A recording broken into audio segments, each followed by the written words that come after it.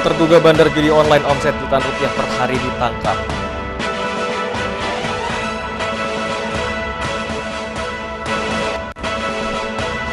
Aktivitas penyeberangan dari dan menuju Pelabuhan Gili Mas Lembar terganggu.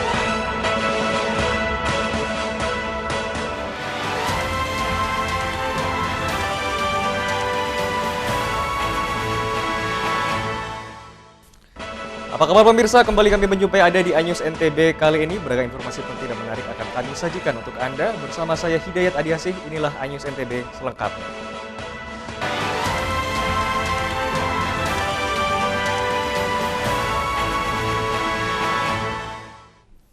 Ya, informasi pertama kami pemirsa, dua terduga bandar judi online omset jutaan rupiah per hari ditangkap tim Satreskrim Polresta Mataram saat sedang melayani pembelinya.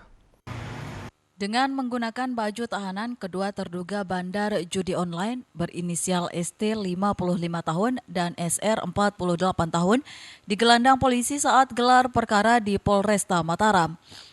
Kedua terduga bandar judi online ditangkap tim opsional Satreskrim Polresta Mataram di rumahnya saat sedang melayani pembelinya. Penangkapan terduga bandar judi online dengan omset jutaan rupiah dilakukan berdasarkan laporan warga sekitar yang merasa resah dengan aktivitas dari para pelaku. Tim melakukan penindakan dan pada saat penindakan ditemukan saudara ST dan SR ini memang kuat dugaan melakukan perbuatan judi jenis togel, yang mana pada saat upaya paksa, penggerebekan, dan juga penggeledahan ditemukan berbagai macam barang yang digunakan oleh bersangkutan untuk melakukan proses perjudian, baik itu bentuknya rekapan nomor, kemudian uang hasil judi togel, handphone yang digunakan untuk melakukan transaksi secara online, dan juga rekening koran dan ATM. Dari tangan pelaku, polisi mengamankan beberapa barang bukti berupa buku rekapan pembelian, kopi situs judi online, handphone, dan uang tunai. Kedua terduga bandar judi online dijerat pasal 303 KUHP dengan ancaman kurungan maksimal 10 tahun penjara. Dari Mataram, Hari Kasidi, iNews melaporkan.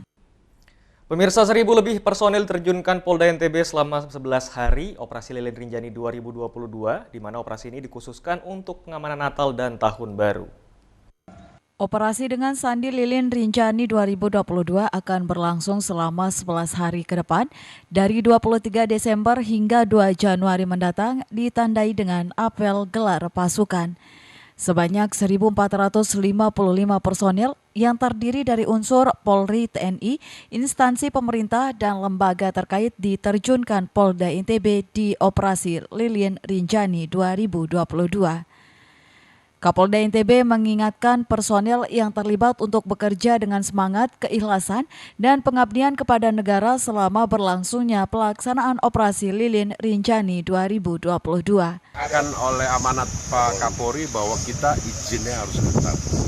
Izinnya harus ketat itu supaya kita bisa tahu kira-kira potensi terjadi masalahnya ada tidak. Kalau potensi masalahnya ada, menyangkut keselamatan masyarakat, itu hukum tertinggi yang harus kita pegang.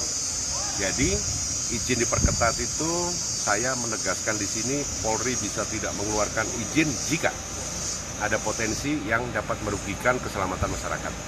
Itu ya. Artinya perayaan tahun baru dibolehkan tidak?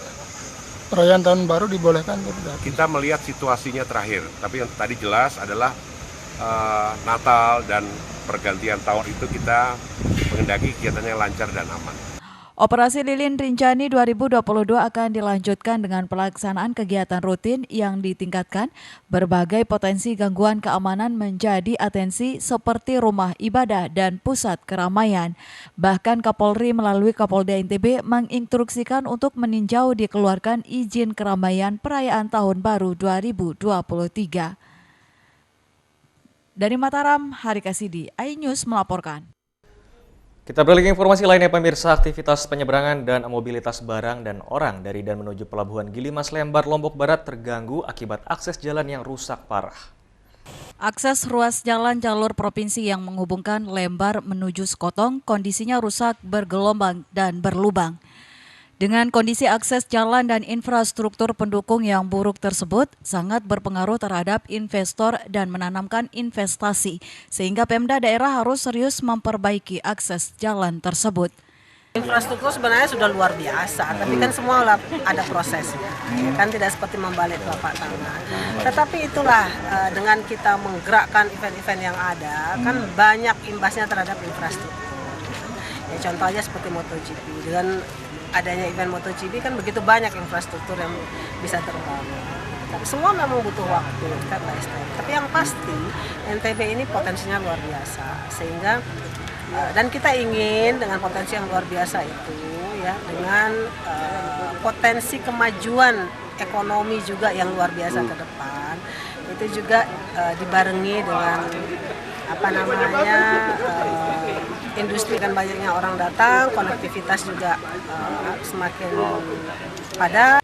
Sementara itu, para pengguna jalan termasuk kalangan industri selalu berkontribusi ke Pemkab dari sisi pembayaran pajak. Dari Lombok Barat, Muzakir, iNews melaporkan. iNews NTB akan segera kembali, untuk itu tetaplah bersama kami.